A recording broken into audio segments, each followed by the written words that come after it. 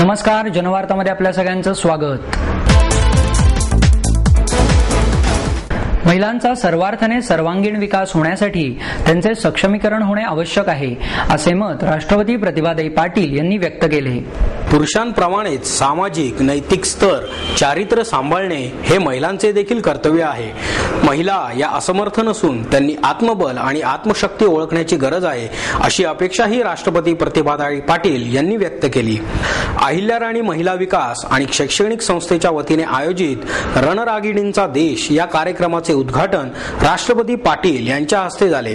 या प्रसंगी व्यासपीठावर राज्याचे कृषी आणि पणन मंत्री राधाकृष्ण विखे पाटील, रायझन शाईन कंपनीच्या संचालिका भाग्यश्री पाटील, संचालक BM चव्हाण, माजी न्यायमूर्ती चंद्रशेखर धर्माधिकारी, कॅनरा बँकेचे व्यवस्थापकीय संचालक S रामन, सिने दिग्दर्शक आशुतोष गोवारीकर, निलिमा तपस्वी आदी उपस्थित होते। या प्रसंगी तपस्वी लिखित रणरागिणींचा देश या पुस्तकाचे प्रकाशन विखे पाटील यांच्या हस्ते झाले। राष्ट्रपती पाटील म्हणाल्या, भारतीय स्वातंत्र्य लढ्यात महिलांनी पुरुषांच्या बरोबरीने काम केले, पुरुषांच्या खांद्याला खांदा लावून सत्याग्रहामध्येही भाग घेतला, अनेक यातना जुलूम सोसले। स्वातंत्र्य मिळवण्यासाठी त्यावेळी जसे वातावरण होते तसे आताच्या वातावरणात आताच्या समाजातील दोष घालवण्यासाठी महिलांनी प्रयत्न करावयाच पाहिजे। आता भारतीय राज्यघटनेने महिलांना समान संधीनुसार मतदानाचा अधिकार दिला आहे। पंचायत राज व्यवस्थेमध्येही महिलांना 1/3 आरक्षण देण्यात आले आहे। काही राज्यांमध्ये तर 50% आरक्षण दिले आहे, परंतु महिलांची सर्वांगीण प्रगती होण्यासाठी त्यांचे सर्वार्थाने सशक्तीकरण होणे गरजेचे आहे, असेही त्यांनी सांगितले। कार्यक्रमाचे सूत्रसंचालन मंगेश वाघमारे यांनी केले, तर आभार प्रदर्शन भाग्यश्री पाटील यांनी केले। लोहगाव विमानतळावर ज्येष्ठ समाजसेवक अण्णा हजारे यांचं पुणेकरांनी जल्लोषात स्वागत केलं। जनलोकपाल विधेयकासाठी थेट राजधानीत लढा दिलेले ज्येष्ठ समाजसेवक अण्णा हजारे यांचे सोमवारी सायंकाळी लोहगाव विमानतळावर आगमन झाल्यानंतर मोठ्या जल्लोषात स्वागत करण्यात आले। अण्णांच्या स्वागतासाठी पुणेकरांनी विमानतळावर गर्दी केली। उपस्थित मंडळींच्या हातात राळेगण सिद्धी के संत तूने कर दिया कमाल, सत्यमेव जयते, विजय वीराचे हार्दिक स्वागत आदी मजकूर लिहिलेले फलक दिसत होते। विमानतळावर ढोल ताशांच्या गजरात अण्णांचे स्वागत झाले। अण्णांच्या आगमनानंतर विमानतळाच्या गेट बाहेर बंदोबस्त कडक केल्याने अनेकांना त्यांच्या गाडीपर्यंत जाण्यासाठी धडपड करावी लागली। अण्णांच्या विजयाचा आनंद साजरा करण्यासाठी अनेकांनी पेढे आणले होते। अण्णांना नेण्यासाठी हिंद स्वराज्य ट्रस्टचे संजय पठारे आणि शिवाजी मापारी आले होते। ॲडव्होकेट मिलिंद पवार, सरहदचे संजय नहार, विजय कुंभार, विनीता देशमुख, श्री रविशंकर यांच्या आर्ट ऑफ लिव्हिंग संस्थेचे सदस्यही स्वागतासाठी आले होते। सिंहगड किल्ल्याच्या परिसरात जिवंत जाळलेल्या मुलीची अद्याप ओळख पटलेली नाही।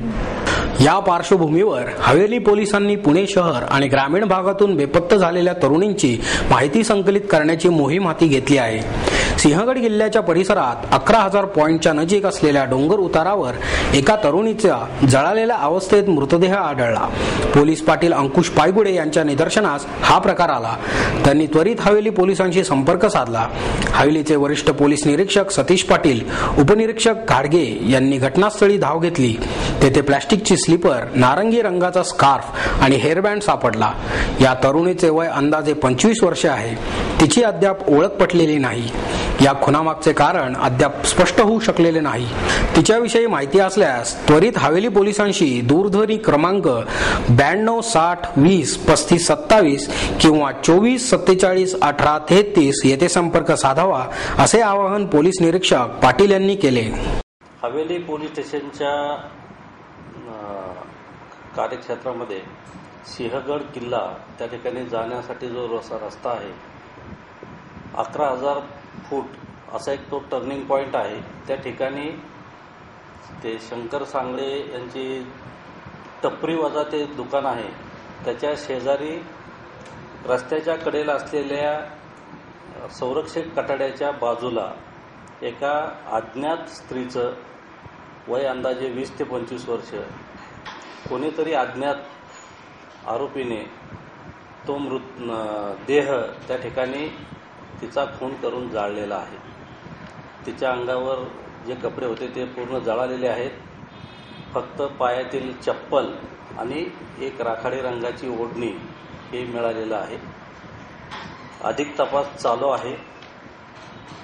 सदरची डेड बॉडी ससून रुग्णालयात पोस्टमॉर्टम करता पाठवण्यात आलेली आहे.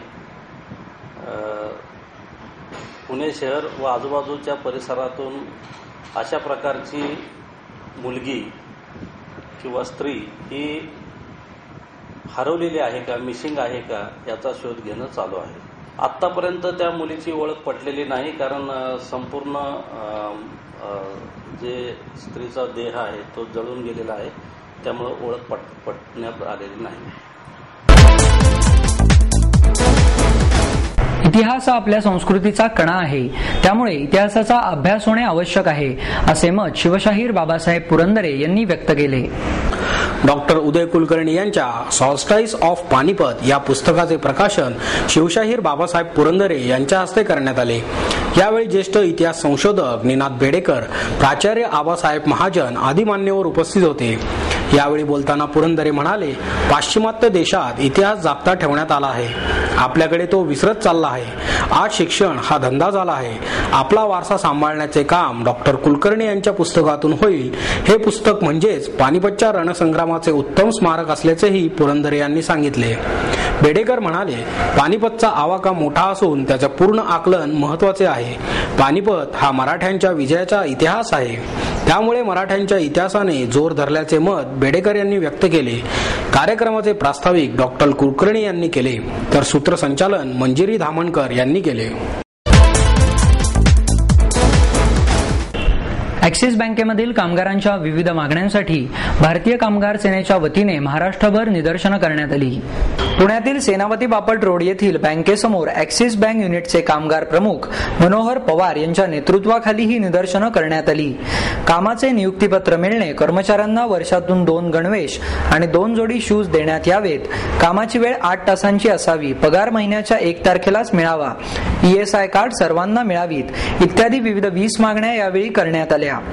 कामगारांबाबत त्यांच्या कामाची सुरक्षितता आणि सलगता, अन्य सुविधा, वेतनवाढ आदींबाबत वेळोवेळी बँकांच्या वरिष्ठ अधिकाऱ्यांकडे मागण्या करून आणि बैठका घेऊन कुठलाही निर्णय घेण्यास हे अधिकारी तयार होत नसल्यामुळे महाराष्ट्रात मुंबई, पुण्यासह निरनिराळ्या ठिकाणी ही निदर्शनं करण्यात आली. यावेळी संबंधित मागण्यांबाबतचे निवेदन ॲक्सिस बँकेच्या जनरल मॅनेजर यांच्याकडे देण्यात आले.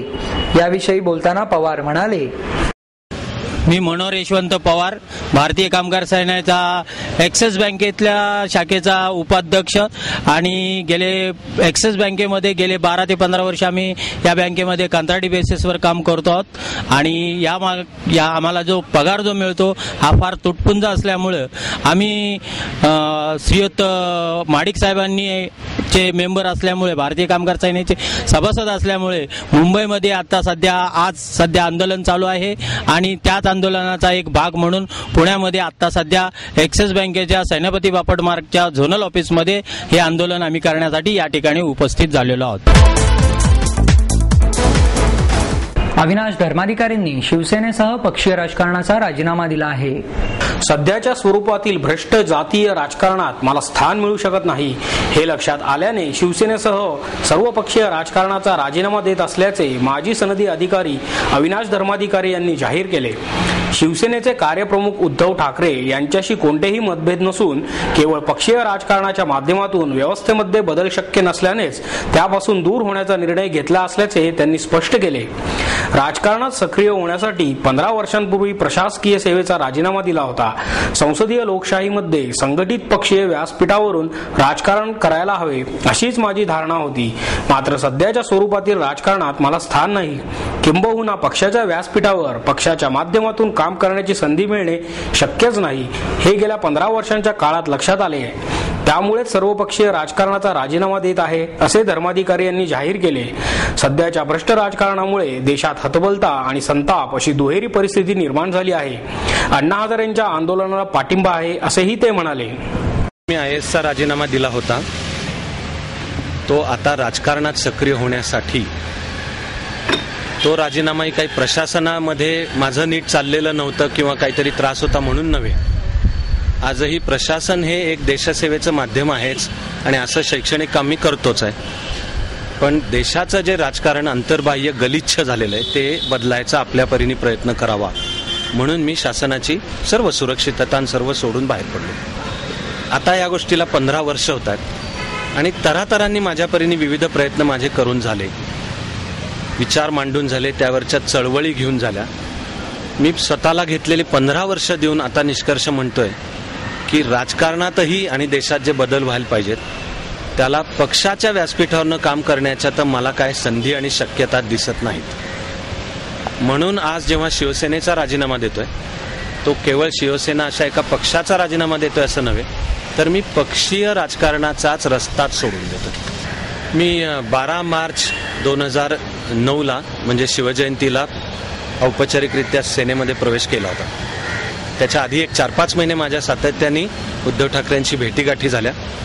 महाराष्ट्र आणि देशासमोरच्या अनेक प्रश्नांवरचे धोरणं आणि कृतीच्या कार्यक्रमाच्या दिशा काय असल्या पाहिजेत ह्याच्या झाल्या. आणि जेव्हा एक मला मनाला विश्वास पटला की मग शिवसेनेच्या व्यासपीठावरनं हे घडेल आणि ते घडवण्यासाठी आपल्याला योग्य संधी देण्यात येईल म्हणून मी प्रवेश केला. तसं स्वतः उद्धव ठाकरे सार्वजनिकरित्या बोलले.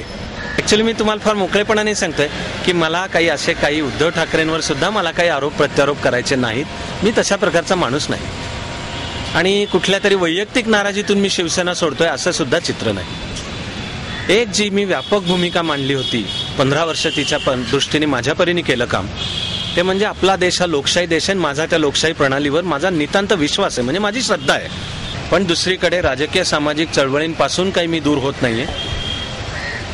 बऱ्याच वर्षांपूर्वी मी नागरिकांनी राज्यघटना, कायदा आणि नैतिकतेच्या चौकटीत आणि राजकारण आणि प्रशासनाला एकीकडे भ्यायलाही नको आणि दुरावाही नको तर ठामपणे कामं कशी करवून घ्यावीत आणि त्या व्यवस्थेमध्ये परिवर्तन काय पाहिजे असा सविस्तर कार्यक्रम मांडला. त्याची पुस्तकं आहेत. तर माझा प्रयत्न राहील की त्याच दिशेने आता पक्षनिरपेक्ष व्यासपीठावरनं पुढचं काम करत राहू. प्रेक्षकांना मराठी चित्रपट दर्जेदार हवे आहेत असे मत चित्रपट अभिनेते सचिन खेडेकर यांनी व्यक्त केले.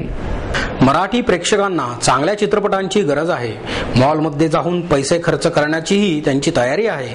मात्र निव्वळ हिंदी चित्रपटांची कॉपी करणे किंवा पानसट विनोद असणाऱ्या चित्रपटांपेक्षा दर्जेदार मराठी चित्रपट त्यांना हवा आहे. तो देण्याचा आम्ही प्रयत्न करीत आहोत असे चित्रपट अभिनेते सचिन खेडेकर यांनी सांगितले.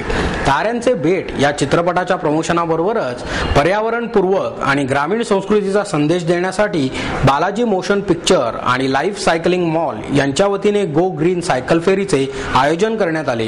टिळक रस्त्यावरील लाईफ सायकलिंग मॉल पासून सुरू झालेल्या या फेरीमध्ये सचिन खेडेकर, अश्विनी गिरी, ईशान तांबे, अस्मिता जोगळेकर, दिग्दर्शक किरण यज्ञोपवीत, निर्माती शोभा कपूर यांच्यासह लाईफ सायकलिंग मॉलचे उल्हास जोशीही सहभागी झाले. सिटी प्राईड येथे या रॅलीचा समारोप झाला.